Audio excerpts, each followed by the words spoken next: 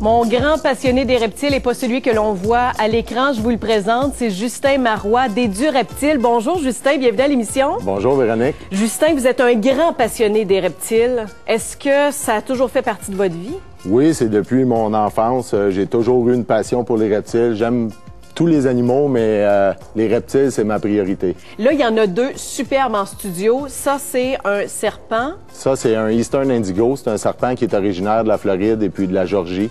C'est un serpent qui est en voie d'extinction aux États-Unis et puis il est protégé là-bas. Et puis ça, ici, c'est un varando.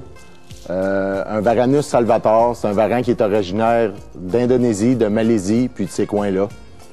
C'est vraiment impressionnant. Hey, gros, ben, il s'en va là. Bon, ben, salut, tu reviendras tantôt. Fait qu'il va aller faire un petit tour du studio. Justin, vous êtes donc un grand passionné des reptiles, mais la plupart des gens ont peur des reptiles. Oui. Pourquoi? C'est difficile à expliquer. Ça part de l'enfance souvent. C'est les parents qui vont inculquer ces peurs-là. Ça part de la Bible, aussi loin que le serpent est un être méchant dans la Bible. Oui. Mais c'est difficile à expliquer, mais ça laisse personne indifférent. C'est soit le dégoût ou soit l'amour. Mais vous c'est vraiment de l'amour. Est-ce que vous donnez des petits noms à vos animaux? Il y en a qui en ont. J'ai des mascottes, on peut dire, chez du reptile. Le Varando, lui, il a un nom. Il s'appelle Bertrand. OK. Sinon, j'ai un alligator aussi qui a un nom. Mais le reste, je leur donne pas de nom. Mais Justin, comment est-ce qu'on fait pour approcher un reptile? Ça va d'y aller lentement. Faut y aller au rythme du reptile. Il y a des reptiles qui n'aiment pas ça, se faire manipuler du tout. Les reptiles qui n'aiment pas ça, se faire manipuler, ça va être de respecter leur choix, de ne pas se faire manipuler. Parce que c'est pas comme un chien, là. Je veux dire, ils sont pas là pour chercher de l'affection. Non, du tout. Il y a des reptiles qui vont tolérer la manipulation. Il y en a d'autres que non. Lui, ici, on peut voir, c'est un spécimen qui tolère relativement bien la manipulation. Ah, c'est ça, vous pouvez le prendre. Là, il est vraiment embarqué sur vous, là, le Varando. Là. Son nom, c'est Bertrand, c'est ça? Oui, c'est Bertrand. Donc, Bertrand, là, vous venez de le prendre. Mais les gens qui vont aller chez vous dimanche, parce que dimanche, il faut dire qu'il y a une exposition de reptiles, il va en avoir combien? On va retrouver environ de 100 à 150 spécimens. Et puis, on est une trentaine d'exposants. Puis, il y a des conférenciers? Oui, il y a des conférenciers. On va avoir 3 conférences durant la journée. Il y en a une à 11 h, il y en a une à 13 h et l'autre est à 14 h. Mais vous, là, dimanche, quand on va aller vous rencontrer, parce qu'il faut dire que c'est au centre communautaire Richard Gingras à Sherbrooke, les gens qui vont aller vous voir dimanche, faites pas de vente, c'est vraiment de l'éducation que vous faites. Non, il n'y a aucune vente sur place. C'est seulement une exposition à but éducatif.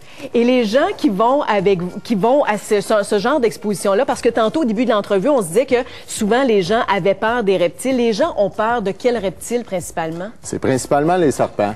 Les serpents, les gens ont beaucoup de peur des serpents.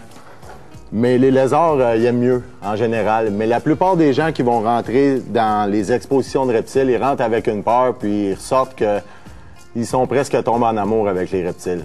Parce que vous nous apprenez à apprivoiser les reptiles. Oui, et puis les peurs. Puis on apprend aussi les croyances, à démystifier certaines choses qui sont inculquées dès le jeune âge et puis que c'est des faussetés. Comme par exemple? Comme par exemple un serpent qui pique. Un serpent, ça pique pas, ça va mordre. La langue, elle remplace notre olfactif, si vous voulez. Notre nez? Notre nez. C'est qu'ils sont là pour sentir avec la langue, un peu comme le Varando. Comme le Varan fait. Là, présentement, il est en train de sentir. Ouais, c'est ça. Puis il faut dire que le Varando est carnivore, donc là, il a reniflé une bonne proie. Oui, ça pourrait être une proie. Le serpent peut s'avérer être une proie d'un Varando, comme le bébé Varando pourrait s'avérer être une proie d'un serpent. Ah, OK. Vice-versa. Vice-versa, oui. C'est super intéressant. Vous, là, c'est vraiment admirable de vous voir manipuler Bertrand.